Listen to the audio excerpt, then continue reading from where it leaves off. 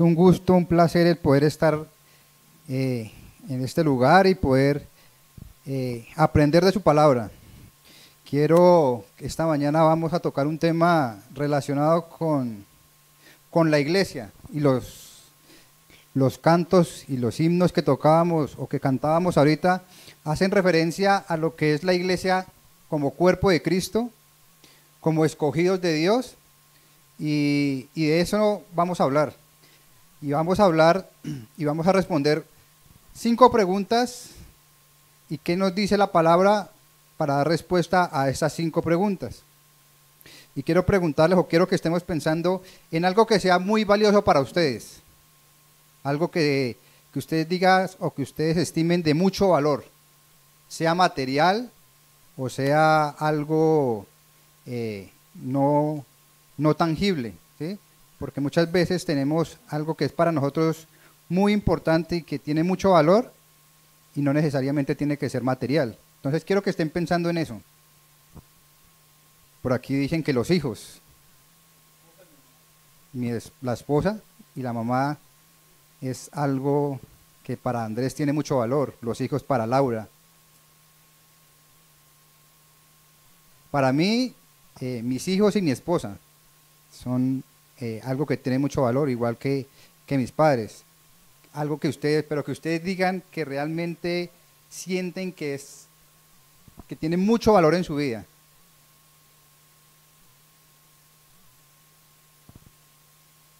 ¿No?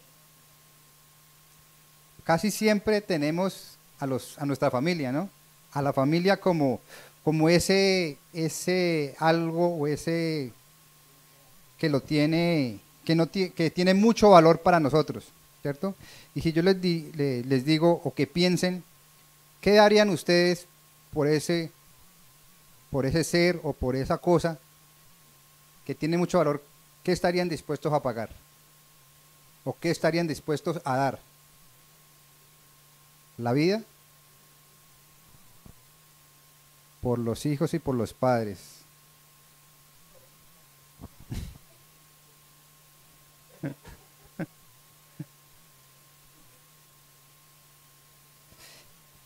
Y esta va a ser y esta pregunta, de pronto si no tienen esta va a ser recuerda que yo les dije al principio, van a ser 5 preguntas, las cuales les voy a hacer y las cuales las vamos a responder conforme a lo que dice la palabra. Y la 5ª pregunta quiero que la estemos pensando cuando lleguemos a la 5ª pregunta, porque va a estar relacionada con esa pregunta que les acabé de hacer. Entonces, quiero ahora hacerles la primera pregunta. ¿Qué creen o qué piensan ustedes qué piensa la gente de la iglesia hoy en día? La gente en común. Pueden ser mismos cristianos o puede ser gente del mundo. Dicen que somos fanáticos. ¿Alguien más? ¿Que somos locos? ¿Que es un negocio? ¿Cómo creen que el mundo ve la iglesia hoy en día? De acuerdo a lo que ustedes han escuchado, lo que uno ve en las noticias, videos, mentirosos.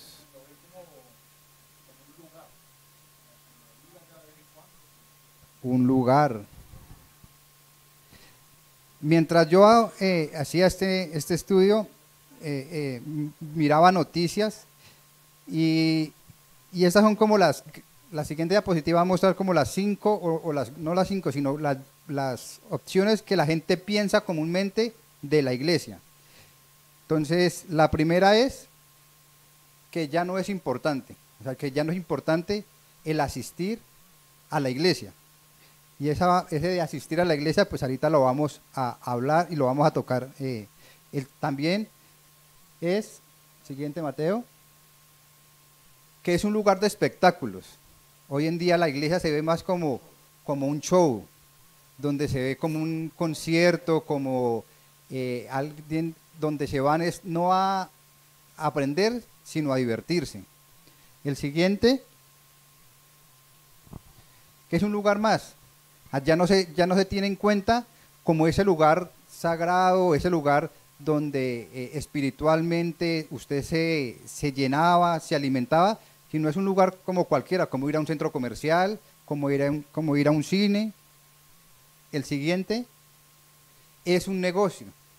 Lamentablemente, por muchos llamados cristianos, se ve como un negocio, ¿no? Que hoy en día la iglesia se ve es como eso, no como lo que es, sino como un negocio. El siguiente, que es una mentira, que lo que se dice no se practica.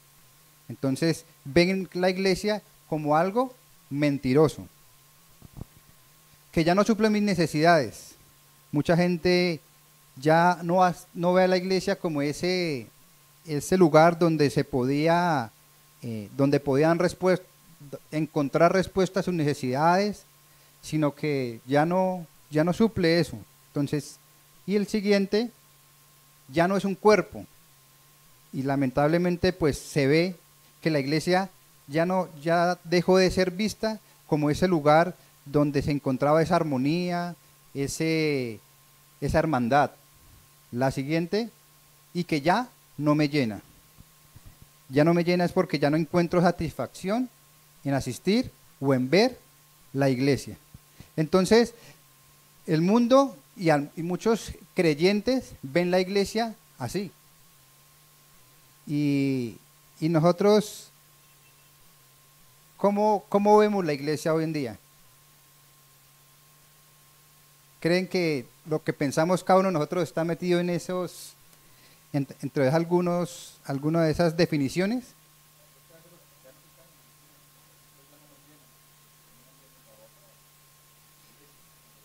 Sí, lo que dice Andrés es verdad, ¿no? Y se la pasan de iglesia en iglesia, bueno, de congregación en congregación, y al final nunca encuentran un lugar eh, donde encuentren la satisfacción que necesitan. Pero también hoy en día se ve mucho eso de espectáculos. Lamentablemente cuando uno va a iglesias llamadas cristianas o mega iglesias que son muy grandes, donde ya se ve más como un espectáculo, ¿no? Y se ha perdido el sentido de la adoración y de la alabanza que debes tener. Pero también, y lamentablemente es lo que se llama los mercaderes de la fe. Y es que muchas iglesias también se han o le han apostado a volver un negocio, una empresa la iglesia como tal, ¿sí? A lucrarse ellos, perdiendo la perspectiva que es el edificarse como iglesia. Entonces, por eso es que esta enseñanza va dirigida a eso, a responder qué es la iglesia y por qué es una iglesia de valor, por qué la iglesia a la cual usted y yo pertenecemos es una iglesia de gran valor. Y la primera pregunta que le voy a hacer es, ¿qué es la iglesia? ¿Qué definen usted como iglesia? El cuerpo de Cristo, familia, comunión, un lugar, hogar, ya entendí, lugar, no, hogar, nación, un lugar sagrado.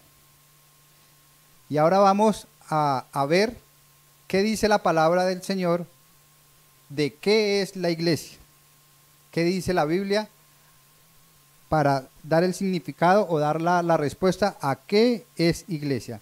Y el primero que vamos a encontrar es que la iglesia no es un edificio, como mucha gente lo cree o como mucha gente comúnmente llama, vamos a la iglesia. Porque la iglesia, la perspectiva normal de la gente es que la iglesia es el centro, es el local, es el lugar donde nos reunimos. Pero la iglesia no es una edificación, no es un edificio, no es un lugar. Y por eso quiero que vayamos a segunda carta a los Corintios, el capítulo 6, el versículo 16. Segunda carta a los Corintios,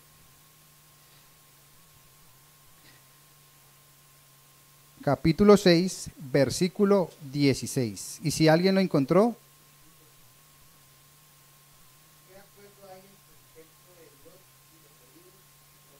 y los ídolos.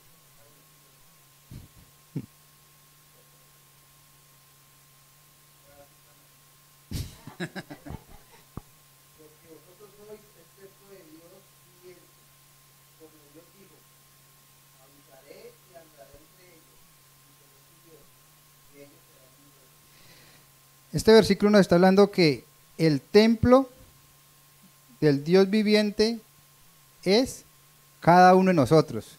O sea, no está hablando de que va a ser un lugar específico, sino va a ser cada creyente.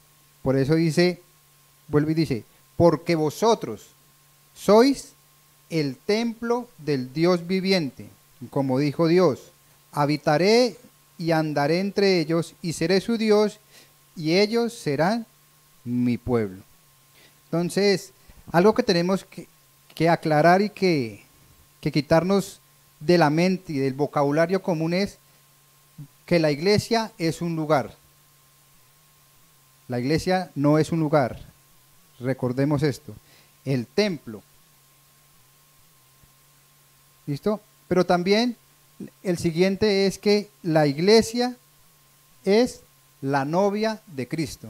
Y cuando hace referencia a novia, y vamos a tocar el tema que hablaba, y la lectura que nos acabó de compartir Laura, que habla en Efesios 5, del 21 al 33, habla de eso, y por eso el apóstol Pablo en esta carta hace referencia y hace una comparación entre el esposo y la esposa, y Cristo y la iglesia, ¿cierto? ¿Y por qué cree que el apóstol Pablo lo hace, o hace esta comparación entre estos dos relaciones? Y es porque nosotros podemos ver, los que estamos casados, podemos y sabemos cómo es compartir y cómo debemos ser con nuestra pareja. Entonces, él nos está haciendo relación de que así mismo es la relación entre Cristo y la iglesia. Entonces dice en Efesios 5:23, porque el marido es cabeza de la mujer, así como Cristo es la cabeza de la iglesia, la cual es su cuerpo y él es su Salvador. Y en Apocalipsis 19, 9 y 10 está hablando, no sé si tienen presente las bodas del Cordero. ¿Han escuchado de las bodas del Cordero? ¿Sí han escuchado las bodas del Cordero? ¿Y de qué habla ese pasaje? De las bodas del Cordero.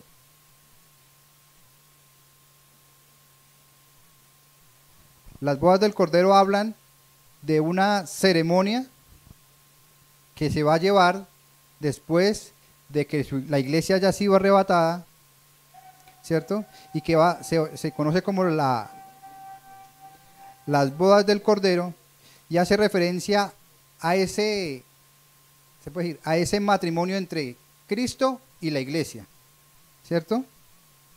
Y dice Apocalipsis 19, 9 y 10. Dice, y el ángel me dijo, escribe, bienaventurados los que son llamados a la cena de las bodas del Cordero. Y me dijo, estas son palabras verdaderas de Dios. Yo me postré a sus pies para adorarle y me dijo, mira, no lo hagas, yo soy consiervo tuyo y de tus hermanos, que retienen el testimonio de Jesús. Adora a Dios, porque el testimonio de Jesús es el espíritu de la profecía. Y está hablando de las bodas del Cordero, y es ese acto y del cual vamos a participar la iglesia con Cristo. Y es por eso que podemos ver que Cristo, y hace referencia a que Cristo es el esposo o el novio de la iglesia. Entonces, por lo cual, la iglesia la debemos ver como eso, como la novia de Cristo. Pero también vemos que como esposa de Cristo, o como novia de Cristo, la iglesia está unida a Cristo como cuerpo. Porque como decía el versículo 23 de Efesios, Cristo es la cabeza de la iglesia, ¿cierto? ¿Y qué es la cabeza? ¿Qué cuerpo puede andar sin cabeza? Ninguno, ¿cierto? Si, todo cuerpo necesita de la cabeza. Por eso Cristo es la cabeza. Él hace parte del cuerpo. Él no es una parte externa de nosotros. Él está adherido a nosotros como iglesia, como cuerpo. Entonces, Cristo como cabeza, eso es la iglesia. Dice el versículo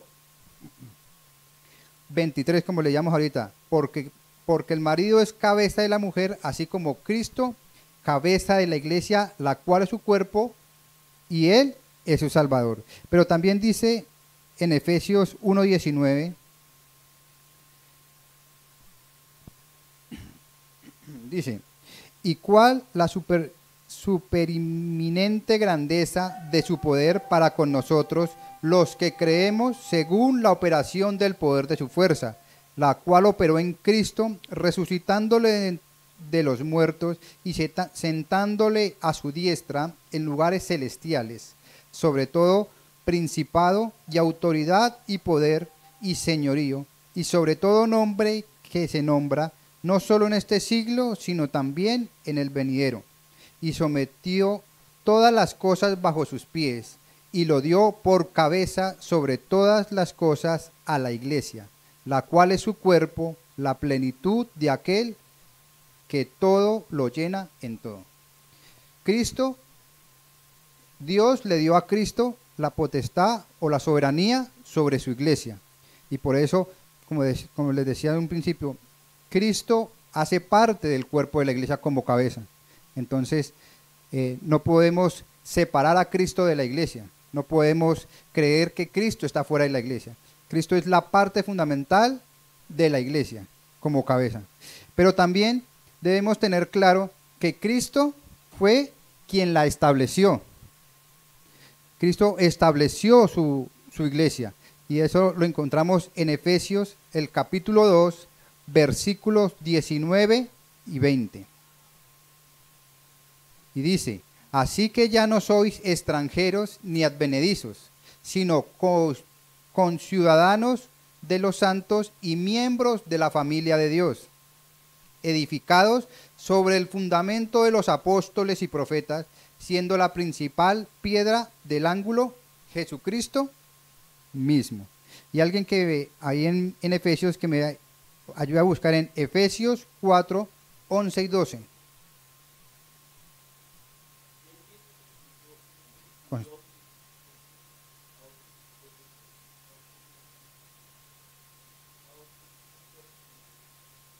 ¿Y el 12?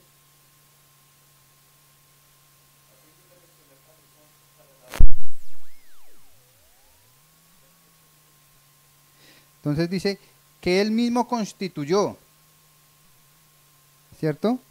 A unos apóstoles, a unos profetas, a otros evangelistas, pastores y maestros. ¿A fin de qué? De perfeccionar a los santos para la obra del misterio, para la edificación del cuerpo de Cristo. Entonces, mis hermanos, la iglesia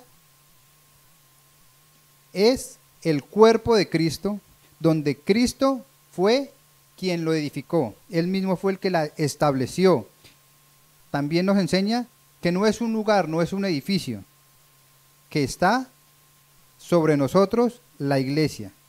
Y también nos enseña que nosotros como iglesia somos la novia de Jesucristo y que en la eternidad vamos a celebrar las bodas del Cordero con Jesús.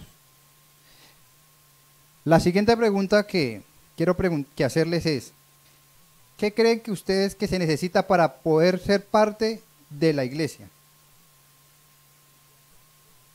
Recibir a Jesucristo como ¿qué? Como mi Salvador. ¿Sí? ¿Y cómo creen ustedes que ve la iglesia, o cómo creen ustedes que la gente de afuera ve que se puede hacer parte de la iglesia?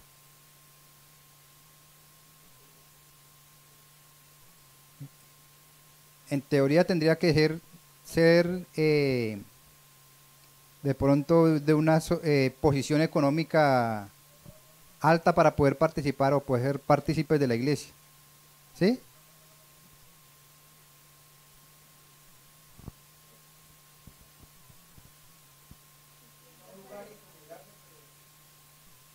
El solo congregándose a un lugar es suficiente para ser parte de la iglesia. ¿Cómo? Dice Mateo que teniendo una Biblia, sacarla a pasear.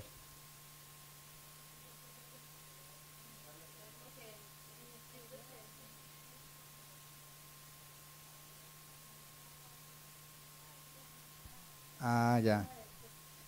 Por la forma de vestirse. Eso.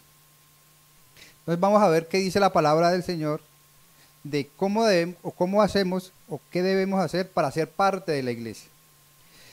Y algo que me llama la atención porque cuando veía algunas publicaciones, la gente normalmente creía que se podía ofrendar para ser parte de la iglesia. Que entre usted ofrendara o diera más, era parte de la iglesia. Pero la Biblia es muy clara, donde se dice que la membresía, o no se puede comprar la membresía. O sea, usted no puede comprar o pagar para ser miembro de la iglesia. Y en Hechos de los Apóstoles, el capítulo 8, el versículo 17 al 25, habla de un personaje que se llamaba Simón. No sé si han escuchado de Simón el Mago.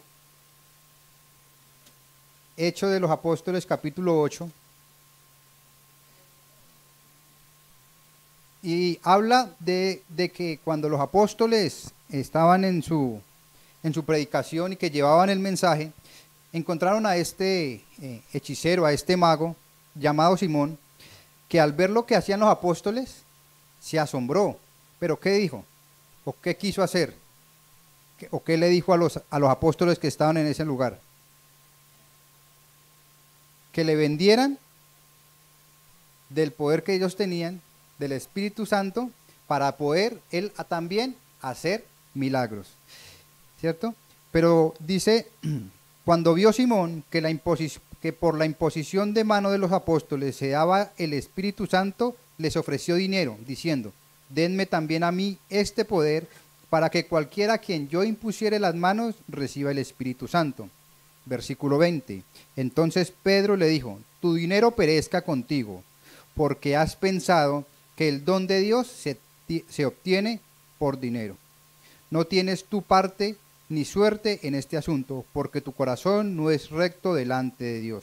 Arrepiéntete, pues, de esta tu maldad, y ruega a Dios si quizás te sea perdonado el pensamiento de tu corazón. Mis hermanos, nosotros debemos tener claro que nada de lo que nosotros, o que nada de lo que Dios nos ha prometido, necesita de nuestro dinero.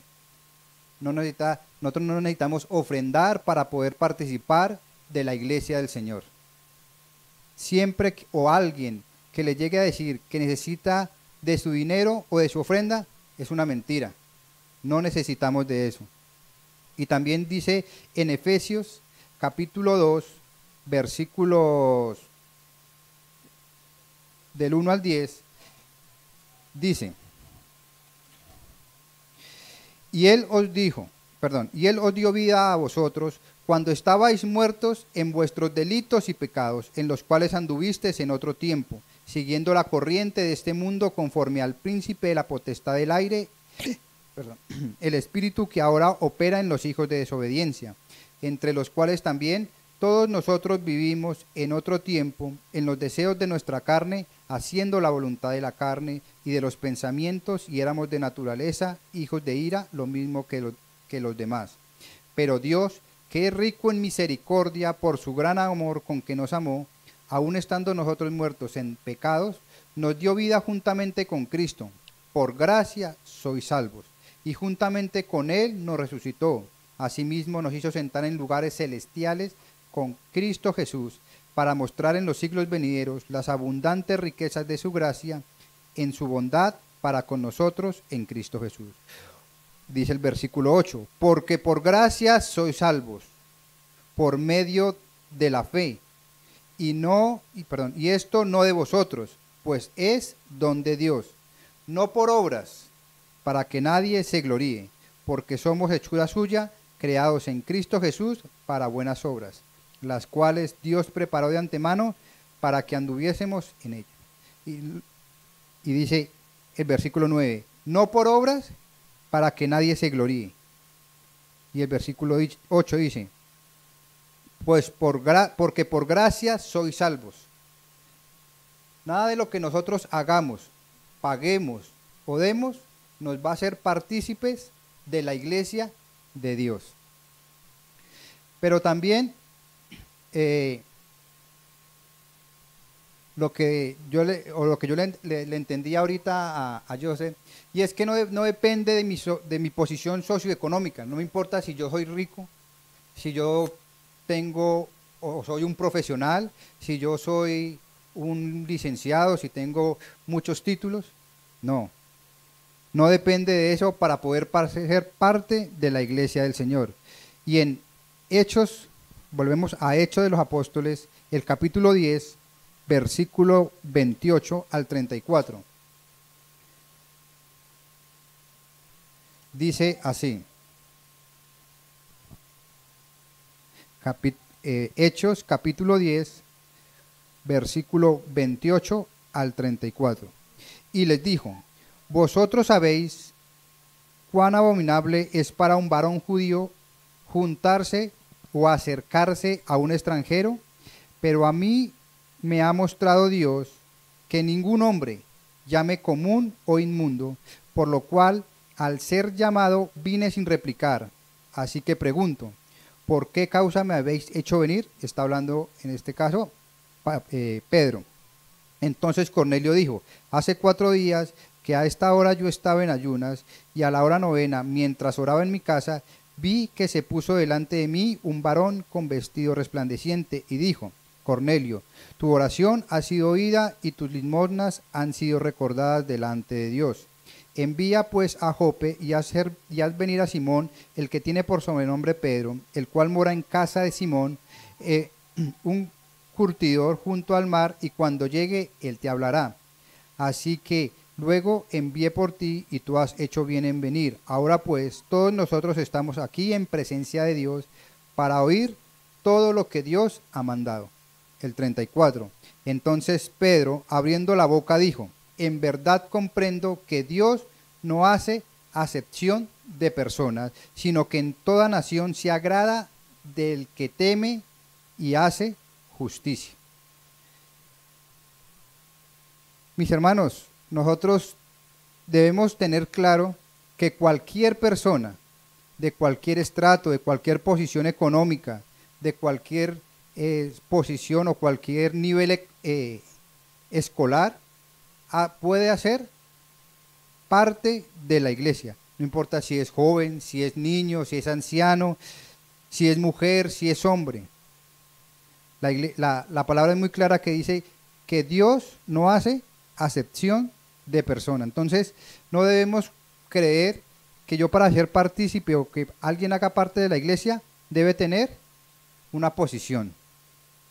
Pero también debemos tener claro que para ser partícipe de la iglesia, el que lo hace es Cristo. Cristo es el que añade a su iglesia los que han de ser salvos.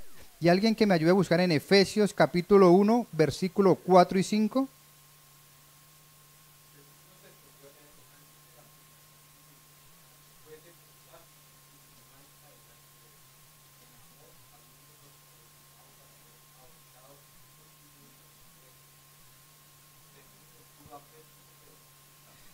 Dice que fuimos escogidos antes de la fundación o de la creación del mundo. O sea, mis hermanos, los que son de la iglesia y los que pertenecen a la iglesia, Dios los escogió antes de la creación del mundo. Y dice Hechos capítulo 2, versículo 47, la parte B, dice, Y el Señor añadía cada día a la iglesia los que habían de ser salvos. Mis hermanos, el Señor ya escogió su iglesia. Él ya tiene, antes de la creación del mundo, ya los escogió. ¿Cierto? Entonces, Él es el único que puede añadir. Él es el único que hace el llamado. Mis hermanos, nosotros no buscamos a Dios. Nosotros, por nuestra naturaleza pecaminosa, no buscamos a Dios. Dios fue el que nos llamó. Pero también debemos recordar, y como decía Ángela ahorita, que el primer requisito no, lo primero que debemos tener claro, que para poder ser partícipes de la iglesia es reconocer a Cristo como mi único y suficiente Salvador. Eso es como lo único que debemos hacer. Y quiero que alguien me ayude a buscar en Romanos capítulo 10, versículos 9 y 10. Ahí después de Hechos, Romanos capítulo 10, versículos 9 y 10.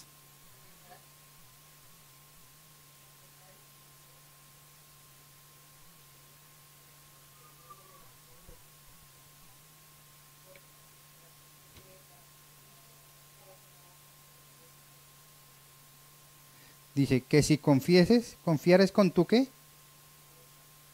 ¿Qué? Confesar es ¿qué?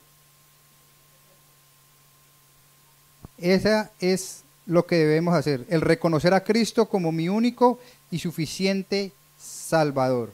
Y dice Juan, capítulo 1, versículo 12. Mas a todos los que le recibieron, a los que creen en su nombre, les dio potestad de ser hechos hijos de Dios. Mis hermanos, lo único que para nosotros ser partícipes de la iglesia y poder ser miembros de la iglesia es haber reconocido a Cristo como mi único y suficiente Salvador. ¿Y cómo yo hago para reconocer a Cristo como mi único y suficiente Salvador? Reconocer que soy un pecador. Si yo no reconozco que soy un pecador, no puedo reconocer a Cristo como mi Salvador. Porque ¿de qué me va a salvar Cristo si yo no reconozco que estoy muerto en delitos y pecados?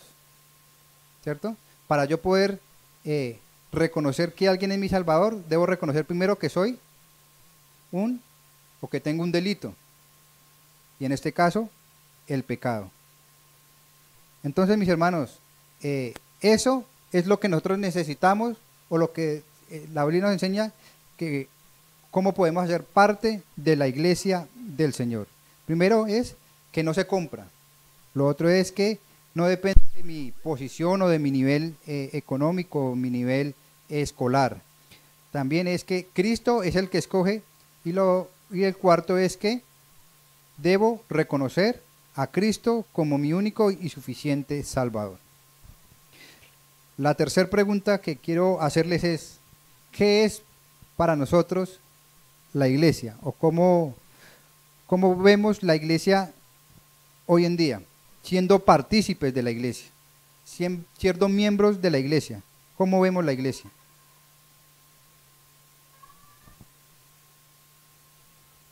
Ahorita veíamos y hablábamos de cómo la veíamos de un aspecto general de lo que la gente cree, pero nosotros que estamos o que hacemos parte de la iglesia, ¿cómo vemos la iglesia?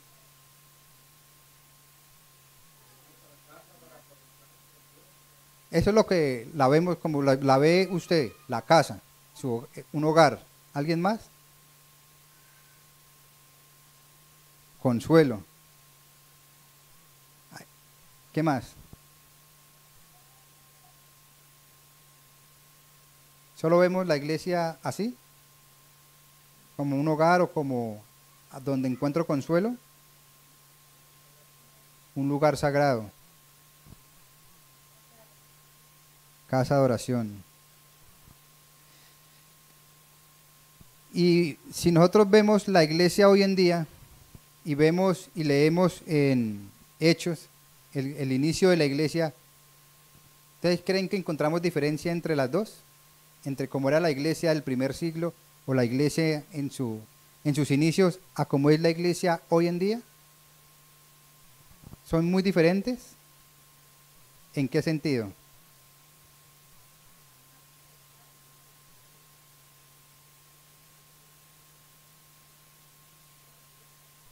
Ahorita nosotros tenemos la libertad de poder reunirnos, ¿cierto? Hay más vías de acceso. Pero quiero que vayamos un momento a Hechos, capítulo 8, versículos 4 al 6.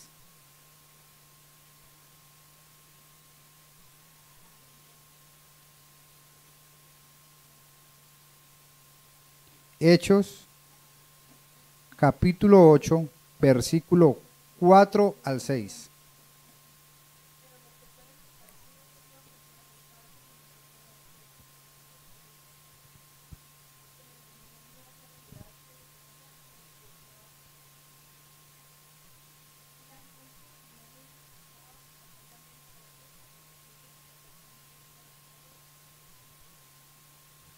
Y dice también en Hechos, el capítulo 2, versículo 46, dice, y perseverando unánimes cada día en el templo y partiendo el pan en las casas, comían juntos con alegría y sencillez de corazón.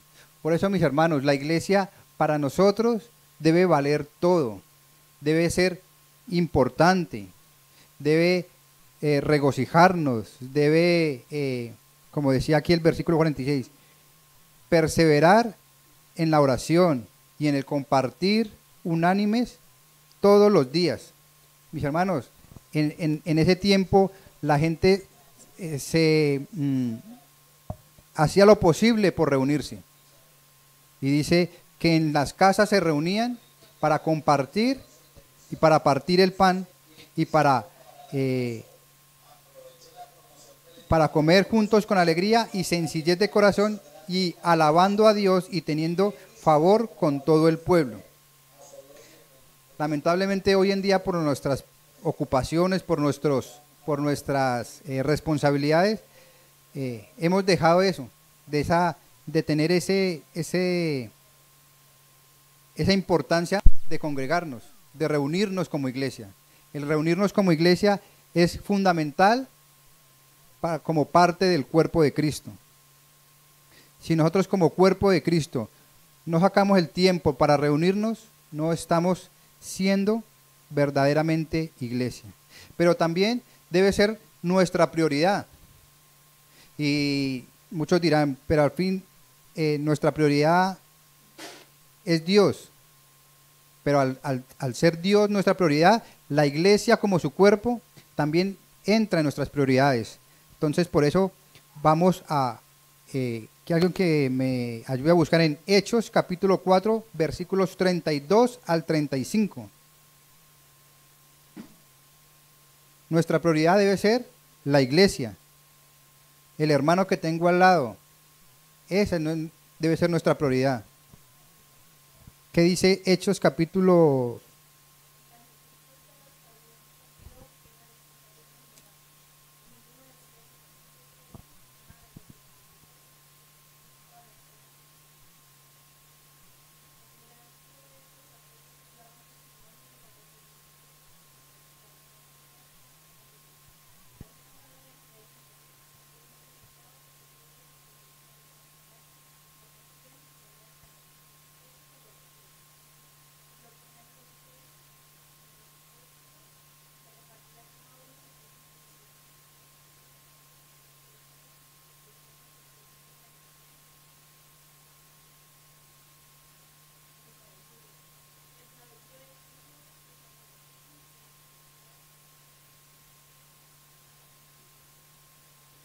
Entonces, mis hermanos, aquí podemos ver que la prioridad de la iglesia en ese tiempo no eran las cosas materiales, porque para ellos lo más importante era la iglesia.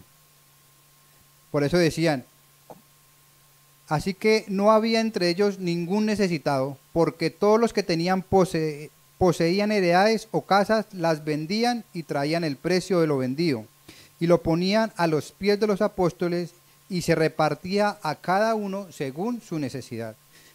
Mis hermanos, la diferencia entre la iglesia en sus inicios y la iglesia hoy en día es que nuestra prioridad muchas veces va en las cosas materiales. Nos esforzamos y nos dedicamos a nuestro trabajo, a nuestro estudio, a cumplir con las cosas del mundo, y olvidamos que la iglesia debe ser prioridad para nosotros, el poder suplir las necesidades de nuestros hermanos, así como hacían en el antiguo, en esta parte de la palabra que dice que vendían todo lo que tenían. Para ellos no era importante el tener una casa, tener una heredad. Para ellos lo importante era suplir las necesidades de todos los hermanos. Pero también vemos, y quiero que estemos pensando en el tercer punto, y es que para nosotros la iglesia debe llevarnos a arriesgar todo. Y cuando hablo de arriesgar todo es a no tener miedo de lo que nos puedan o las consecuencias que puedan tener por ser iglesia. Y Hechos de los Apóstoles, el capítulo 7, ahí adelante, habla de Esteban. Esteban, conocido como el primer mártir de la iglesia, dice el versículo 54: oyendo estas cosas, se enfurecían en sus corazones y crujían los dientes contra él. Está hablando de los fariseos. Pero Esteban, lleno del Espíritu Santo, puestos los ojos en el cielo, vio la gloria de Dios y a Jesús que estaba a la diestra de Dios. Y dijo: he aquí, veo los cielos abiertos y al Hijo del Hombre que está a la diestra de Dios. Entonces ellos, dando grandes voces, se taparon los oídos y arremetieron a una en contra de él, y echándole fuera de la ciudad le apedrearon, y los testigos pusieron sus ropas a los pies de un joven que se llamaba Saulo, y apedreaban a Esteban mientras él invocaba y decía: Señor Jesús, recibe mi espíritu. Y puesto de rodillas, clamó a gran voz: Señor, no le tomes en cuenta este pecado. Y habiendo dicho esto, durmió. Mis hermanos, la iglesia en sus inicios no les daba miedo, a pesar de que eran perseguidos, no tenían miedo o no temían del ser muertos, del ser apedreados, del ser golpeados, de ser encarcelados por llevar el evangelio. Y lamentablemente, ahora nosotros que tenemos, como decía Laura y como decía Angela, tenemos la libertad de poder hacerlo, no lo hacemos. Lamentablemente, no sé cuál es el miedo que nos lleva hoy en día a no llevar el evangelio del Dios, del Dios viviente, del Dios que nos sanó, del Dios que nos rescató. Antiguamente eran muertos, eran crucificados, eran apedreados. Eran muertos y muertes dolorosas. Hoy en día nosotros no estamos siendo perseguidos, no estamos siendo apedreados, no estamos siendo golpeados, y aún así no damos la vida por la palabra de Dios. No nos esforzamos porque esta palabra llegue a otros. Pero también debemos tener claro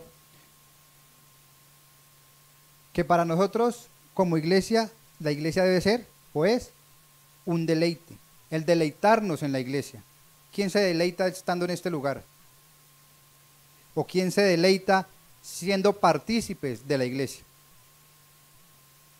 Es un privilegio que tenemos el poder ser parte del cuerpo de Cristo. Y el Salmo 133:1, ¿qué dice?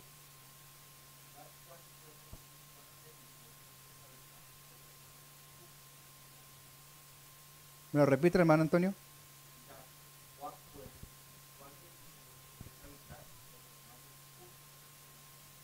Bueno, el habitar los hermanos juntos en armonía. Delicioso. ¿Qué es algo delicioso? Cuando usted dice, uy, esto es muy delicioso, ¿a qué se refiere? Algo que a usted lo llena y que le deja una sensación que muchas veces no lo puede explicar, ¿cierto? Eso es lo que para nosotros debe ser la iglesia. Un deleite. Algo en lo cual nosotros queramos seguir compartiendo con los hermanos. Porque como iglesia nosotros debemos tener esa comunión los unos con los otros. El hermano que tiene al lado, el hermano que tiene a su espalda, el hermano que de pronto hoy no vino, ¿cuántos de ustedes lo llaman a la semana a preguntarle cómo ha estado, cómo se siente, si tiene alguna necesidad para orar por él? Eso es lo que debemos hacer como iglesia, el deleitarnos en eso. Y en eso hace parte el deleite, el compartir con el hermano esa necesidad que tiene. Por eso, mis hermanos, la siguiente diapositiva nos habla de que la iglesia hoy en día tiene tan poca influencia en el mundo porque el mundo tiene mucha influencia en la iglesia. Lamentablemente, y como veíamos ahorita, en vez de que la iglesia sea luz al mundo, el mundo está siendo invadiendo la iglesia. Y por eso es que vemos iglesias lamentablemente llenas de espectáculos, pero con muy poca palabra. Entonces, mis hermanos, eso debe ser lo que para nosotros es la iglesia. Si para nosotros esos puntos que veíamos ahorita no reflejan lo que es la iglesia, estamos fallando en algo.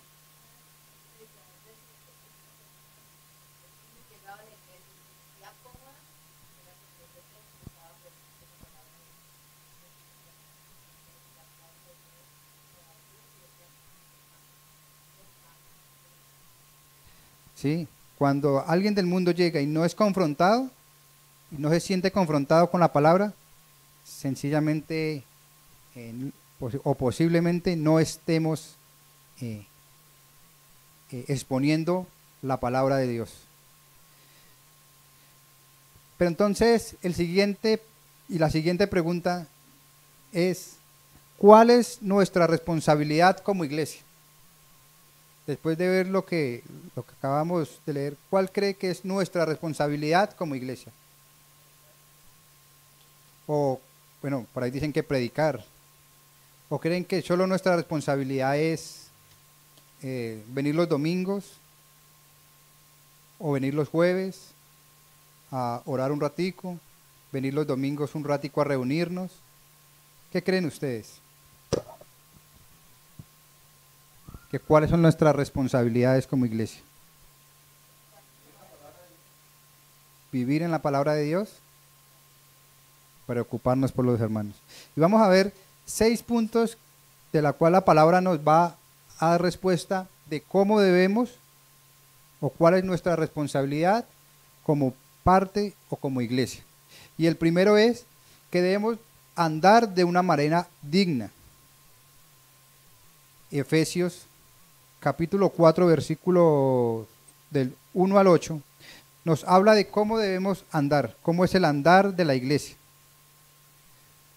El andar de la iglesia, ¿cómo debe ser? Para que sea de una manera digna. Y dice Efesios capítulo 4, versículo 8, del 1 al 8, perdón. Yo pues, preso en el Señor, os ruego que andéis como es digno de la vocación con que fuisteis llamados, con toda humildad y mansedumbre, soportándoos con paciencia los unos a los otros en amor, solícitos en guardar la unidad del Espíritu en el vínculo de la paz, un cuerpo, un espíritu, como fuisteis también llamados a una misma esperanza de vuestra vocación. Un Señor, una fe, un bautismo. Y dice el versículo 6, un Dios y Padre de todos, el cual es sobre todos y por todos y en todos. Mis hermanos, nosotros debemos andar de una manera digna, mostrando el amor con los hermanos, siendo mansos, siendo humildes, soportándonos con paciencia. Y cuando habla de soportándonos con paciencia es, mis hermanos, nosotros debemos comprender a esos hermanitos que a veces son difíciles de llevar. Bueno, fastidiositos, dicen por aquí. Mis hermanos, hay hermanos que son a veces duros, pero nosotros con el amor del Señor debemos saberlos llevar, debemos amarlos, porque recuerde que somos un solo cuerpo y un espíritu. Y también dice, solícitos en guardar la unidad del espíritu en el vínculo de la paz. Mis hermanos, debemos andar de una manera digna. Pero también lo que decíamos ahorita, el congregarnos. El segundo punto es el congregarnos. Y este capítulo y este pasaje sí es muy conocido. Hebreos capítulo 10, versículo 10, 22 al 25. ¿Alguien lo tiene por ahí? Que lo lea. Hebreos capítulo 10, versículo 22 al 25.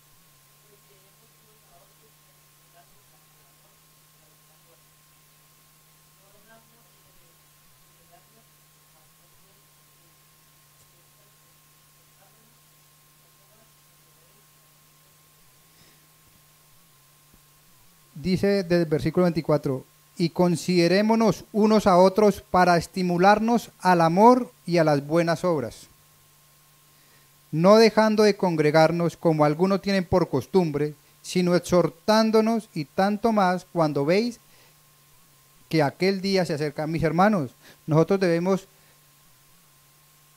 hacer lo posible por congregarnos.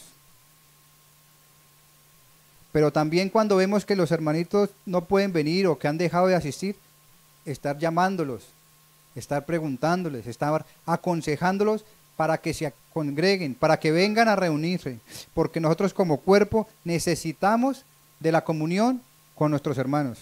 Mis hermanos, nosotros cuando venimos a la iglesia no venimos a recibir, venimos a dar. Cuando venimos al templo, venimos a dar al hermano que está necesitado. Posiblemente yo tenga una necesidad, pero mi hermano puede tener una necesidad más grande que la mía. Y solo con que yo le dé un abrazo, él puede levantar ese ánimo que es lo que necesita. Entonces, mis hermanos, cuando veamos que alguno de nuestros hermanos no vino, llamémoslos, escribámosles, animémoslos a congregarse. Porque recuerden que esa es nuestra responsabilidad. Pero también tenemos una responsabilidad muy grande y es el proteger el evangelio. Pero ¿protegerlo de qué? ¿O proteger el evangelio de qué? ¿Qué dice Gálatas capítulo 1, versículos 6 al 10?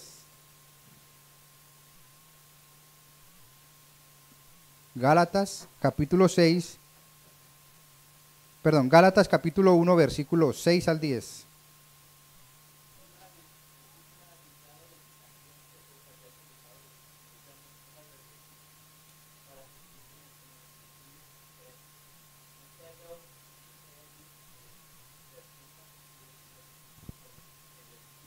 Pervertido.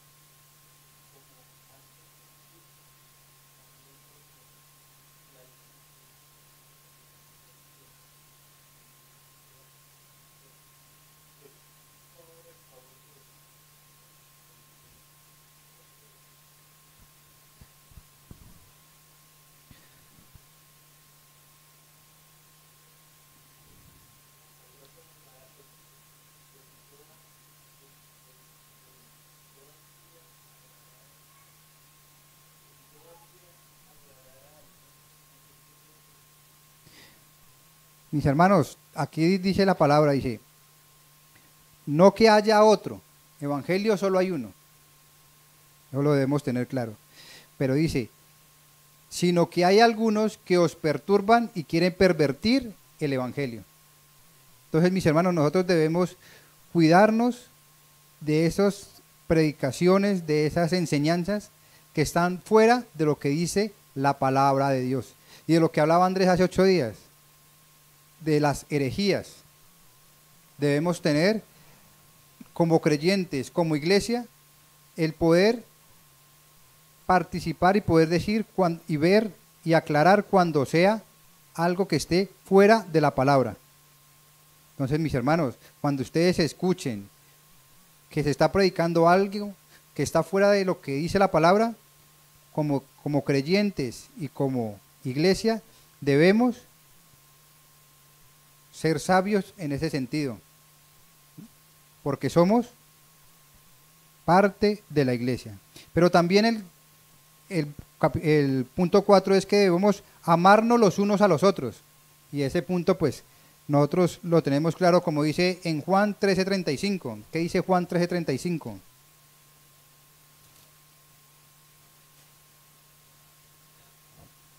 Alguien que tenga Juan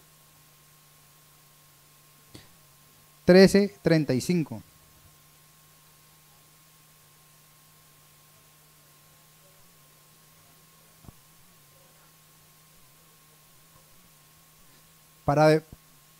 ¿Por qué nuestra responsabilidad? Porque para poder mostrar que somos discípulos de Dios, que somos discípulos de Cristo, debemos mostrar el amor de Cristo. ¿Cierto? Entonces, también debemos el amar a mis hermanos, el amar a ese hermanito, como decía Laura, ese hermanito que es fastidiosito, canzoncito. A ese hermano debemos amarlo, porque esa es nuestra responsabilidad. Pero también debemos obedecer a nuestros pastores como iglesia. ¿Pero por qué debemos obedecer a nuestros pastores? Porque es algo establecido por Dios. Y quiero que alguien me ayude a buscar en Efesios capítulo 4, versículo 11 y 12. Efesios capítulo 4, versículos 11 y 12.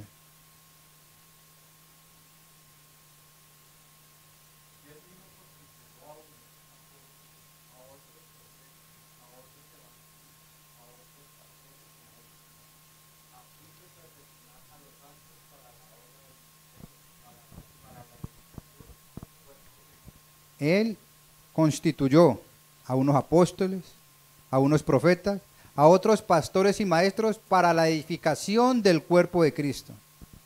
No es que el pastor se haya nombrado porque que él quiso, no, fue porque Dios así lo estableció. ¿Para qué? Para que por medio de él la iglesia sea edificada. Y dice Hebreos capítulo 13, versículo 17, obedeced a vuestros pastores y sujetaos a ellos, porque ellos velan por vuestras almas como quienes han de dar cuentas para que lo hagan con alegría y no quejándose, porque esto no es provechoso. Obedecer a nuestros pastores porque esto es provechoso. Mis hermanos, ellos han entregado su vida y han dedicado su vida al estudio de la palabra, al servicio de la palabra de Dios, y ellos son usados por Dios para la edificación de su cuerpo. Por eso debemos ser obedientes a su palabra, de ser obedientes a cuando ellos nos exhorten, a cuando ellos nos animen. Amén. Pero también nuestra gran responsabilidad es compartir el evangelio. Y vamos a hablar de lo que dice Mateo 28, 18 a 20, la gran comisión. Un versículo, un pasaje que lo conocemos y que lo debemos tener como lema, ¿no? Porque es lo que nosotros debemos hacer, que es compartir el evangelio. ¿Y qué dice Mateo 28, 18 al 20?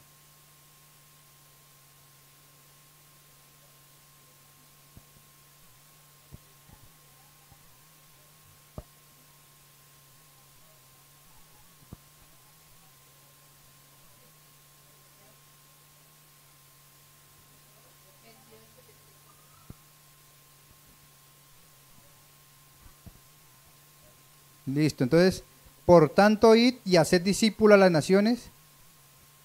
Eso es lo que debemos hacer. Y dice en Primera de Pedro, capítulo 2, versículos 9 y 10. Mas vosotros sois linaje escogido, real sacerdocio, nación santa, pueblo adquirido por Dios, para que anunciáis las virtudes de aquel que os llamó de las tinieblas a su luz admirable. Vosotros que en otro tiempo no erais pueblo, pero que ahora sois pueblo de Dios, que en otro tiempo no habíais alcanzado misericordia, pero ahora has alcanzado misericordia. Nosotros debemos llevar las buenas nuevas de aquel que nos llamó de entre las tinieblas a su luz admirable. Entonces, mis hermanos, nosotros como creyentes debemos, es nuestra responsabilidad llevar el evangelio, llevar ese evangelio de Cristo Jesús. Y la última pregunta que vamos a responder es, ¿cuánto vale la iglesia? ¿Cuánto creen ustedes que vale la iglesia?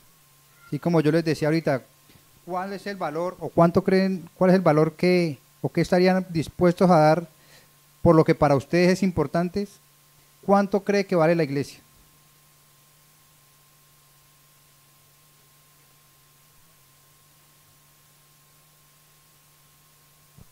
¿No? ¿No tiene valor?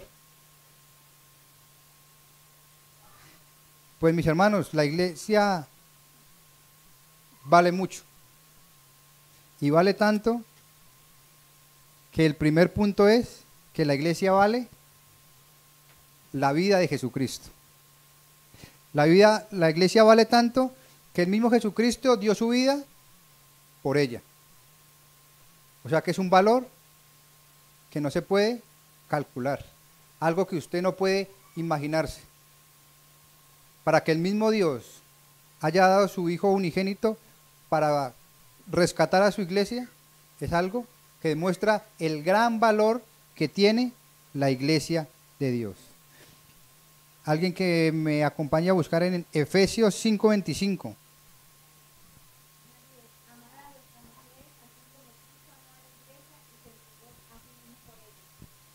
Amó tanto a la iglesia y se entregó a sí mismo por ella. Pero también la iglesia tiene tanto valor que el punto 2 nos enseña que somos el templo del Espíritu Santo. El Espíritu Santo vive en nosotros. Somos sellados con el Espíritu Santo. Y dice en 1 Corintios 3, 16 y 17.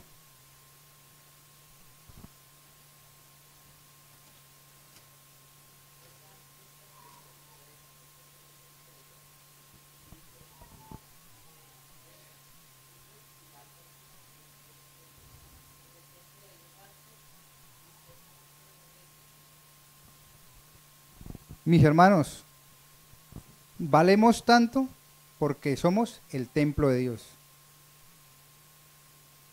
El Santo Espíritu de Dios mora en nosotros. Por eso tenemos un valor como iglesia que no se puede comparar. Es como dice esa publicidad de Mastercard. Hay cosas que el dinero no puede comprar. Cosas que no podemos calcular cuánto cuesta. Pero sí podemos dimensionar el valor que tenemos como iglesia de Cristo. Mis hermanos, que esto nos lleve a pensar y a meditar de cuál es el valor que tenemos nosotros o cuánto valemos para Dios como cuerpo de Cristo. Y la siguiente diapositiva, Mateo. La iglesia de Cristo tiene un gran valor, por eso basta de rutinas, basta de vivir, vamos a vivir como iglesia, haciendo iglesia y siendo lo que la iglesia siempre ha tenido que ser, influencia. Nosotros debemos ser influencia en el mundo. Nosotros debemos influenciar a los demás a seguir a Cristo. No debemos dejarnos llevar por el mundo, no debemos dejarnos llevar por las corrientes del mundo. Debemos nosotros ser la influencia del mundo. Y en la siguiente diapositiva, ya para terminar, dice, Jesús en la cruz dio su justa, santa y perfecta vida para que su novia sea justa, santa y perfecta, siempre, y dé su vida por llevar este mensaje. Dios en su santidad Dios en su justicia y Dios en su vida perfecta se entregó por nosotros, por su iglesia, para que nosotros seamos limpios, seamos santos y seamos perfectos, pero que tengamos que llevar siempre este mensaje de salvación, ese mensaje por el cual Dios nos rescató y el cual debemos llevar al mundo. Recordemos, debemos ser influencia, mis hermanos, que a partir de hoy podamos pensar y podamos ser esa iglesia que Dios quiere que seamos, esa iglesia de la cual nos sintamos orgullosos, en la cual nos deleitemos, en la cual podamos podamos llevar ese mensaje a todo el mundo, empezando por nuestros amigos, empezando por nuestros vecinos, empezando por nuestro barrio, para que lo podamos llevar y que podamos ser iglesia, esa iglesia como se veía a principios, que daban su vida por llevar el mensaje. Mis hermanos, los invito a que se pongan sobre sus pies y vamos a orar y vamos a orarle al Dios para que nos dé sabiduría, pero también para que nos dé las ganas, que ponga en nosotros ese ánimo de ser iglesia, de esforzarnos día a día por agradarle a Él y que seamos esa luz y esa influencia en el mundo. Amén.